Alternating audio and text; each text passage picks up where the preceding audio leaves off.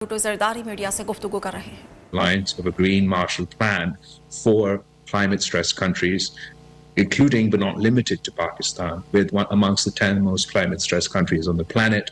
All of us have contributed negligibly to the overall carbon footprint. We all can't afford the mitigation and adaptation infrastructure that we need to deal with the times to come. There's been pledges by the international community, and they haven't been able to live up to their own pledges of coming up with $100 billion a year to tackle climate change. But I believe that we can provide solutions for that in the form of debt swaps and other such out-of-the-box solutions, which can allow us to focus on reconstruction and rehabilitation, because it's our dream as well to be able to build back, but not only build back better, build back greener, build back more climate resilient. So, I want to come back to climate change resilience later in this interview, but since I was going through the geopolitics of the situation, you mentioned the hyphenation of AFPAC, and I understand that things have changed, but if the two are now properly dehyphenated, I have to ask, when America orchestrated the killing of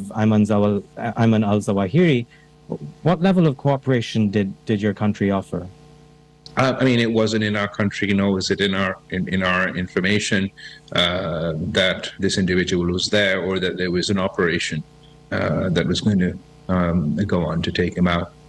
And did Pakistan offer its airspace to America for counter? No, as I said, we're not sort of aware of this. I don't think anybody was. He was there until after it happened.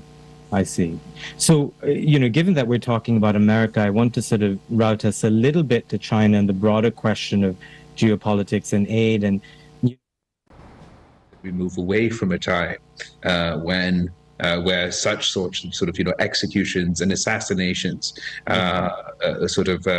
propel the nature of our politics. In that case, I think most certainly you wouldn't have seen me in the position I am at the time. And I push you here a little bit. I once actually asked your mother, also right before she was Prime Minister, the very same question about 15 years ago. A very eloquent answer from her. But if you look at the trajectory then of democracy in Pakistan, are you optimistic about where it's headed? Do you think it served the country? Oh, absolutely. I think every time we've had civilian governments, we've made political advancements. Whenever our party has been in power, we've not only expanded human rights, labor rights, media freedoms, but constitutional rights, devolved power away from individuals, be it the president, even the prime minister, to its parliament, and then beyond parliament to the provinces. Unfortunately, we've never had the uninterrupted progression of democracy that we deserve. And I think through such evolutions, mistakes will be made. You have like a sort of 2 steps forward, 1 step back, 1 step forward, 2 steps back sort of approach to the system. So I don't know, to say democracy, how well has democracy served Pakistan, I think democracy is the only answer. And no matter how weak a democracy is, even the worst and weakest form of democracy is better than any dictatorship.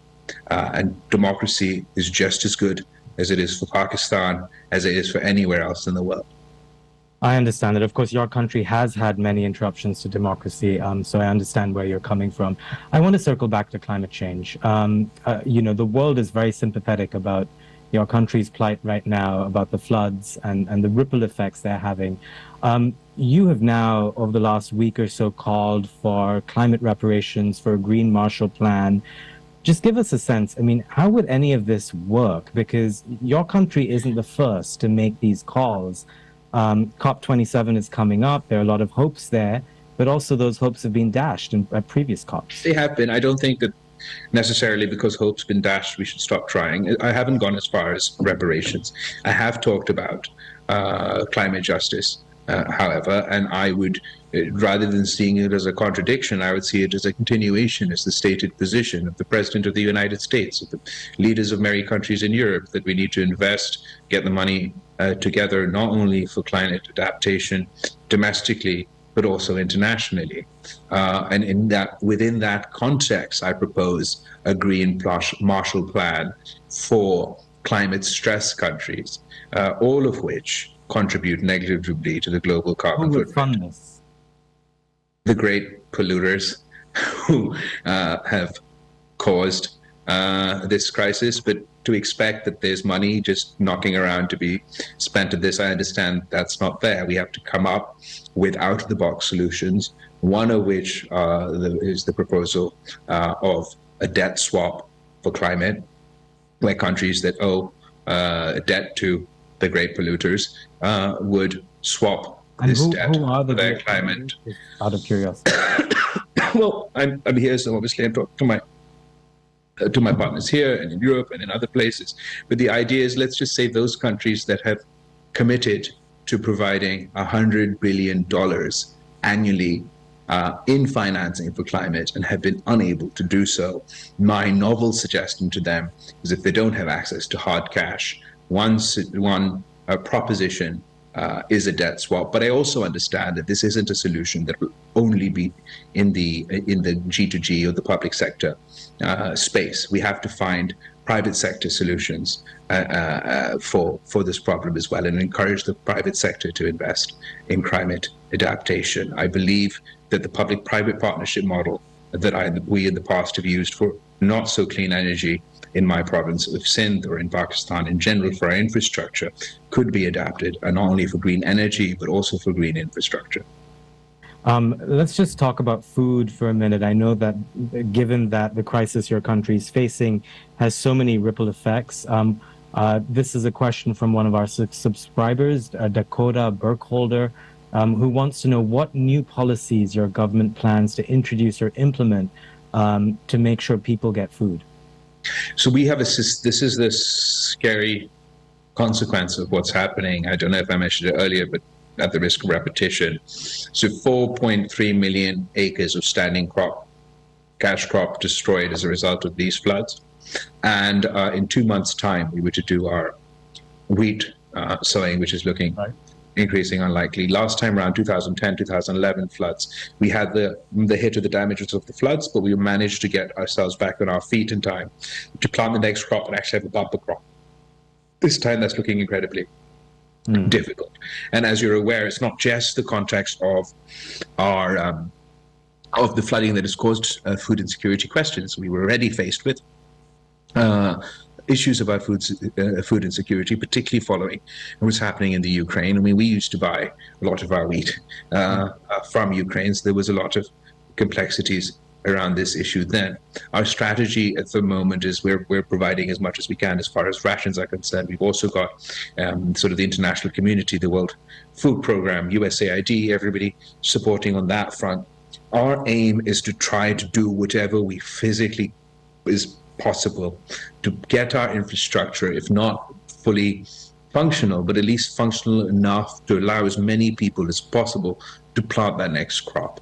And that, I think, is the best way for us to not only to get them back on their feet, but to mitigate the damage to our economy. It is a Herculean task, but we're working around the clock to try and achieve it. Very much hope you can. You've spoken quite eloquently about democracy. I'm a journalist, so I have to ask, it's been widely reported that your country and your government has had a media crackdown in recent months. A TV channel has been shut down, journalists have been harassed. This isn't new in Pakistan, of course, but it hasn't stopped under your leadership. Why? No, absolutely. I mean, we've only been in power for 4 months, and the sort of difficulties that Pakistani press freedom has faced over the past 4 years have been exponential. As I mentioned, I don't know, sort of between 2007 and 2018, we actually saw an expansion of rights within the Pakistani context. I was particularly proud of the period between 2007 2008 when we were 2008 and 2013 when we were last in power. We could proudly say we had no political prisoners, where the media was no matter sort of whatever they said or whatever was happening, we never went after them, and we'd managed to create an equilibrium in Pakistani politics and said goodbye to political victimization.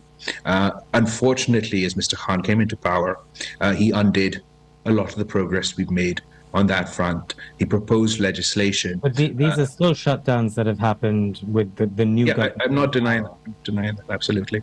So he sort of proposed legislation that would sort of, if there's any criticism of our armed forces or other things, would result in legal consequences not only for journalists but for TV channels. He was the first to shut down TV channels and media groups when he was in power. And once you put those norms, those rules, those laws in place, it takes more than 4 months to walk those back. But I would like to communicate to you our commitment to media freedoms and to the freedom of the press, and we will consistently work to improve the environment in Pakistan. It's absolutely not where we would like to see it, where I would like to see it, but to expect that within the space of 3 or 4 months, we'd be able to reverse these assaults, these changes to our norms, to our rule book, to our framework. That's also unrealistic. We'll hold you to that. Last question, just coming back to the floods. Are you getting any help from India? No. Do you expect any help from India? No. If you could say something to the Indian foreign minister or the Indian audience listening in, what would you say? No, if I could say something, I would say to you, look, this is their sort of choice, their position. It's not something that... Have you asked for help?